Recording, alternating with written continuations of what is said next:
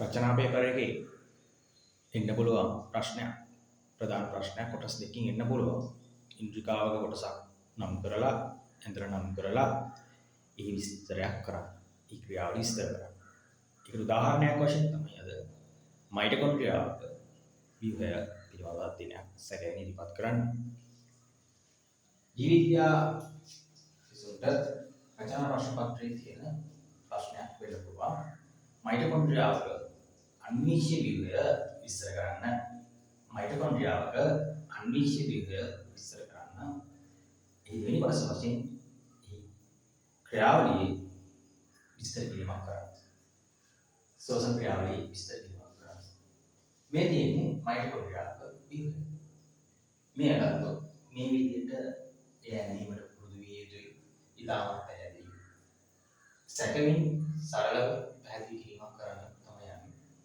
මයිටොකොන්ඩ්‍රියාවේ බාහිර තියෙන පෘෂ්ඨය ඒක පිළිද පෘෂ්ඨය වශයෙන් ඇතුළේ තියෙන පෘෂ්ඨය ඇතුළේ පෘෂ්ඨය වශයෙන් හඳුන්වනවා පිළිද පෘෂ්ඨය සමාන ස්වභාවයක් ගන්න මේ ඇතුළේ පෘෂ්ඨය ඇතුළට නැමිලා තියෙනවා මෙන්න මේ නැමිලා තියෙන නැමුම් නිසා මේ ඇතුළේ පෘෂ්ඨ වර්ගඵලය වැඩි කරගන්න ඇයි මේකේ සිදු වෙනවා ක්‍රියාවලිය කිව්වා ඒ ක්‍රියාව සඳහා පෘෂ්ඨ සැපයීම මේ බලන්න මේ අභ්‍යන්තර පිළියෙල කොටස පූර්වකයන්ගේ හඳුන්වනවා ඇතුළු පෘෂ්ඨයේ ඇතුළට නැමීමේ හදන නැමු මිය යන හඳුන්වනවා මේ චක්‍රීයව වෘත්තාකාර DNA අනුදකින්න පුළුවන් මේ 70 S වර්ගයේ රයිබෝසෝම දකින්න පුළුවන් රයිබෝසෝම වල තියෙන ප්‍රෝටීන් සංශ්ලේෂණය රයිබෝසෝම එක විශාල ප්‍රක්‍රියාවක් සහ කුඩා වේගයක් වශයෙන් අදාළ ගන්න පුළුවන් ප්‍රෝටීන් සංශ්ලේෂණය කරන්නේ රයිබෝසෝම තුල ඒ වගේම මෙහි මියර තුල මියර අතුරිට මේ පෘෂ්ඨ වර්ගඵලයන් එක්ක සලකනකොට සමෘද්ධ කණිකා පවතින පුළුවන් සමෘද්ධ අංශු පවතින ඒ වගේම මේ පූරකයේ තුල දකින්න පුළුවන් ෆොස්ෆේට් කොටස් ෆොස්ෆේට් සහ එන්සයිම් දකින්න පුළුවන් ඒ ක්‍රියාව සඳහා වැදගත් වෙන සාධක වශයෙන් ඒවා වැදගත් වෙනවා ඒ වගේම මෙහි හරස් ගොඩක් තමයි මේ අධ්‍යයනය කරන්නේ මේ විදිහේ රූප සටහන් ඇඳලා ඒ සරලව නම් කිරීමක් තමයි කරන්නේ ඊළඟට මේ කුමක්ද සිදු කරන්නේ අපි දන්නවා සෛලික ශ්වසන ක්‍රියාවලිය ජීවීන්ගේ ශක්ති නිපදීම සඳහා සිදු වෙනවා සෛලික ශ්වසන ක්‍රියාවලිය ගත්තාම එහි ප්‍රධාන වශයෙන් කොටස් තුනක් සිදු වෙනවා ඒ කොටස් තුන මොනවද කියලා ඔයගොල්ලෝ දන්නවා පළවෙනි කාරණාව ග්ලයිකොලිසිස් දෙවෙනි කාරණාව සිට්‍රික් අම්ල චක්‍රය නැත්නම් ක්‍රෙබ්ස් චක්‍රය තුන්වෙනි එක ඉලෙක්ට්‍රෝන පරිවාහන ගාමී එහෙම නැත්නම් ඔක්සිකාර්බන ෆොස්ෆරයිඩ් අපි මේ පිළිබඳව තවදුරටත් සලකා බලමු. එතකොට මෙහිදී අපි අධ්‍යයනයක් කරොත් එහෙම අපි දන්නවා ප්‍රධාන වශයෙන් ඔක්සිජන් සමග ප්‍රතික්‍රියාවට යන අපි ශරීරයට ලබා ගන්නා කාර්බන සංයෝග වල ගන්න කාබෝහයිඩ්‍රේට්, ප්‍රෝටීන්, ලිපිඩ වශයෙන්. මෙහිදී කාබෝහයිඩ්‍රේට් සඳහන් කරොත් ග්ලූකෝස් ඉතාමත් වැදගත්. ග්ලූකෝස් ඔක්සිජන් සමග ප්‍රතික්‍රියා කාබන් ඩයොක්සයිඩ් ජලය සහ ශක්තිය නිපදවීමේ ක්‍රියාවලිය තමයි තියෙන්නේ. එතකොට ග්ලූකෝස් ඔක්සිජන් සමග ප්‍රතික්‍රියා නැත්නම් ග්ලූකෝස් ඔක්සිකරණය පයිරුවික් අම්ලය නිපද වෙනවා. ග්ලූකෝස් ඔක්සිකරණය පයිරුවික් අම්ලය නිපද වෙනවා. මේ ගොඩක් වශයෙන් සිද්ධ වෙන්නේ සයිලෝප්ලාස්ම. සයිලේට ප්ලාස්මය තුළ සිදුවන ක්‍රියාවලිය. එතකොට අපි කිව්වා ග්ලයිකොලිසිස් ක්‍රියාවලිය ප්‍රතිඵලයක් වශයෙන් පයිරුවික් අම්ලය නිපද වෙනවා. ඊළඟට පයිරුවික් අම්ලය තවදුරටත් කාබන් ඩයොක්සයිඩ් වල ඔක්සීකරණය වීමේ ක්‍රියාවලිය ක්‍රෙබ්ස් චක්‍රය මගින් සිදු කරනවා. එතකොට ක්‍රෙබ්ස් චක්‍රය එහෙමත් නැතිනම් සිට්‍රික් අම්ල චක්‍රය සිදුවන්නේ මයිටොකොන්ඩ්‍රියාවේ ඇතුළත තියෙන පෝරකය තුළ.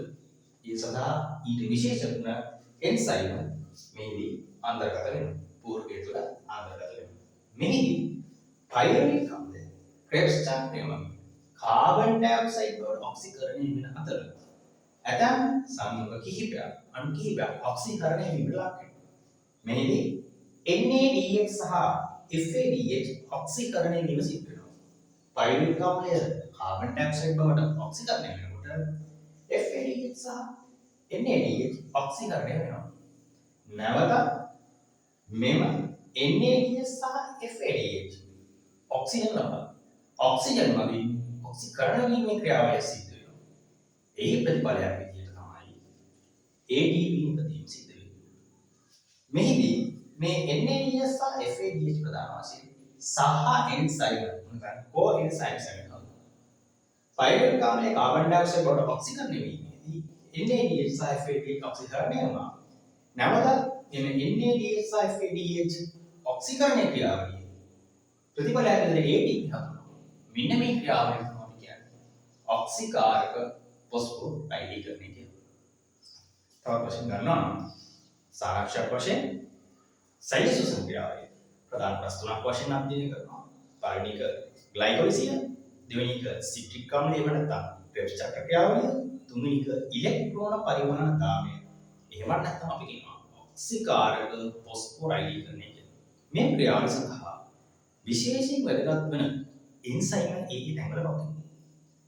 සයිටෝප්ලාස්මේ ග්ලයිකොලිසිඩ දාලා එන්සයිම. එතකොට ග්ලයිකොලිසිඩ් වෙන්නේ මයිටොකොන්ඩ්‍රියාවෙන් පිටත. මයිටොකොන්ඩ්‍රියාව තුළ සිදුවන ක්‍රියාවලිය දෙකයි. ක්‍රෙබ්ස් චක්‍රය සහ සිට්‍රික් අම්ල චක්‍රය සහ ඉලෙක්ට්‍රෝන පරිවහන දාමය ඔක්සිකාරක ෆොස්ෆෝරයිලීකරණය. සිට්‍රික් අම්ල නැත්නම් ක්‍රෙබ්ස් චක්‍රයට අදාළ එන්සයිම මයිටොකොන්ඩ්‍රියාවේ ඇතුළත පූරකය තුළ පවතිනවා. ඉලෙක්ට්‍රෝන පරිවහන දාමය එහෙම නැත්නම් ඔක්සිකාරක ෆොස්ෆෝරයිලීකරණය අදාළ එන්සයිම මියර තුළ පවතිනවා. මෙම සමස්ත ක්‍රියාවලිය වශයෙන් අවසානයේදී ATP නිපදීම සිදු වෙනවා. මයිටොකොන්ඩ්‍රියාවේ ප්‍රමාණය වශයෙන් ගත්තොත් මයිටොකොන්ඩ්‍රියා එකක් 10ක් අතර ප්‍රමාණය අත්පත් කරගන්නවා. මෙම ක්‍රියාවලිය සඳහා ඉතාමත් වැදගත් සෛලසුසන් ක්‍රියාවලිය සඳහා ඉතාමත් වැදගත් මේ මයිටොකොන්ඩ්‍රියාව අපේ ශරීරය තුළ ජීවි සෛල තුළ ඒ සෛල විශේෂතා අනුව ඒ ගණන් වෙනස් වෙනවා. යම් ප්‍රමාණයක් මත පවතිනා වූ මයිටොකොන්ඩ්‍රියා ප්‍රමාණය ගණක් වෙනවන්න පුළුවන්. විසින් ගත්තොත් කංකාල පේශි සෛල වල පේශි සෛල වල ප්‍රධාන වශයෙන් කරත් පේශි, සිනිඳු පේශි සහ කංකාල පේශි වලින් හඳුන්වන්න පුළුවන්. කංකාල පේශි වල දැඩි ප්‍රබල කම්පන ඇති කිරීම සඳහා වැඩි ක්‍රියාකාරීත්වයක් සඳහා කංකාල පේශි වල වැඩි වශයෙන් මයිටොකොන්ඩ්‍රියා කම්පන කරන්න පුළුවන්. ඒ වගේම තවත් ඇතැම් සෛල රාශියක මයිටොකොන්ඩ්‍රියා ප්‍රමාණය වැඩි වශයෙන්